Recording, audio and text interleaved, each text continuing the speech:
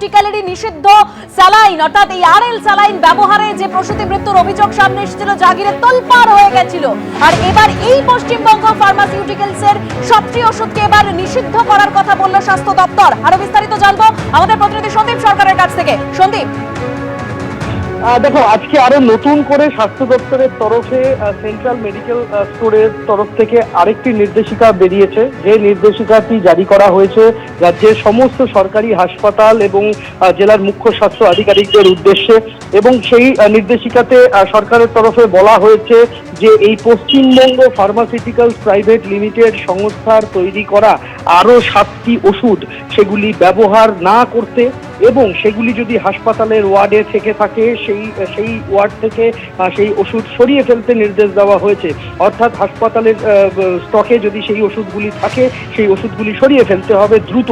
এবং যে নির্দেশ দেওয়া হয়েছে এই 7টি ওষুধ, যে 7টি ওষুধের তালিকা তারা দিয়েছেন পশ্চিমবঙ্গ ফার্মাসিউটিক্যালস প্রাইভেট লিমিটেডের, সেই 7টি ওষুধ তারা হাসপাতাল কর্তৃপক্ষকে বলা হয়েছে যে এই 7টি ওষুধের মধ্যে 2টি ওষুধ অন্য একটি সংস্থা তারা সরবরাহ করবে, সরকারের সঙ্গে তাদের চুক্তি হয়েছে।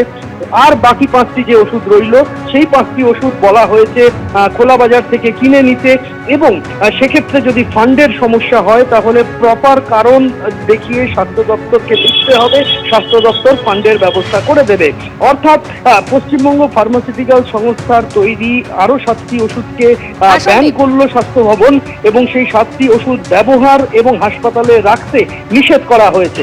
ধন্যবাদ সন্দীপ। মেদিনীপুর মেডিকেল কলেজ হাসপাতালে মামনি রুই দাসের মৃত্যু হয়েছে সেপটিক শকে। মৃত্যুর প্রাথমিক কারণ হিসেবে চিকিৎসকরা বলছেন সেপটিক শকের কথা।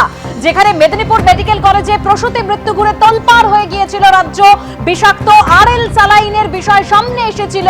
আর ইতিমধ্যেই মৃত্যুর যে কারণ তাতে প্রাথমিকভাবে মনে করা হচ্ছে, অর্থাৎ চিকিৎসকরা বলছেন মেদিনীপুর মেডিকেলে মামনি রুই দাসের যে মৃত্যু হয়েছে সেপটিক শকে মৃত্যু হয়েছে বলেই চিকিৎসকরা বলছেন। আরো বিস্তারিত জানবো, সরাসরি চলে যাব নিউজরুম থেকে আমাদের প্রতিনিধি অতনু হালদার রয়েছেন। অতনু, দেখো, তুমি জানো যে এই আরএল স্যালাইন এবং অক্সিটোসিন এই দেওয়ার পরে যে 5 জন প্রসূতি মেদিনীপুর হাসপাতালে বৃহস্পতিবার অসুস্থ হয়ে পড়েছিলেন, এই 5 জন প্রসূতিরই অপারেশন হয়েছিল বুধবার রাতে। তারপর বৃহস্পতিবার তারা অসুস্থ হয়ে পড়েন। বৃহস্পতিবার রাতেই মামনি রুই দাসের মৃত্যু হয়, এবং শুক্রবার দিন সেই খবর ছড়িয়ে পড়ার পর তুমি জানো যে এই আরএল স্যালাইন সেটা কতটা নিম্নমানের, সেটা কেন প্রোডাকশন বন্ধ করে দেওয়ার নির্দেশ দেওয়ার পরেও হাসপাতালে ব্যবহার হচ্ছে তা নিয়ে প্রশ্ন উঠে যায়। এবং একই সঙ্গে এই প্রশ্ন উঠে যায় যে অক্সিটোসিনের অতিরিক্ত ডোজ কেন দিতে হয়েছিল, তাহলে কি অক্সিটোসিনও নিম্নমানের ছিল এবং নিম্নমানের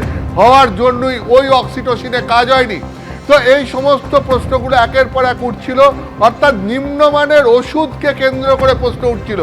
এবং তারপরে মামনি রুই দাসের মৃত্যুর কারণ হিসাবে চিকিৎসকরা প্রাথমিকভাবে যে কারণ উল্লেখ করেছেন সেটা হচ্ছে সেপটিক শকে তার মৃত্যু হয়েছে।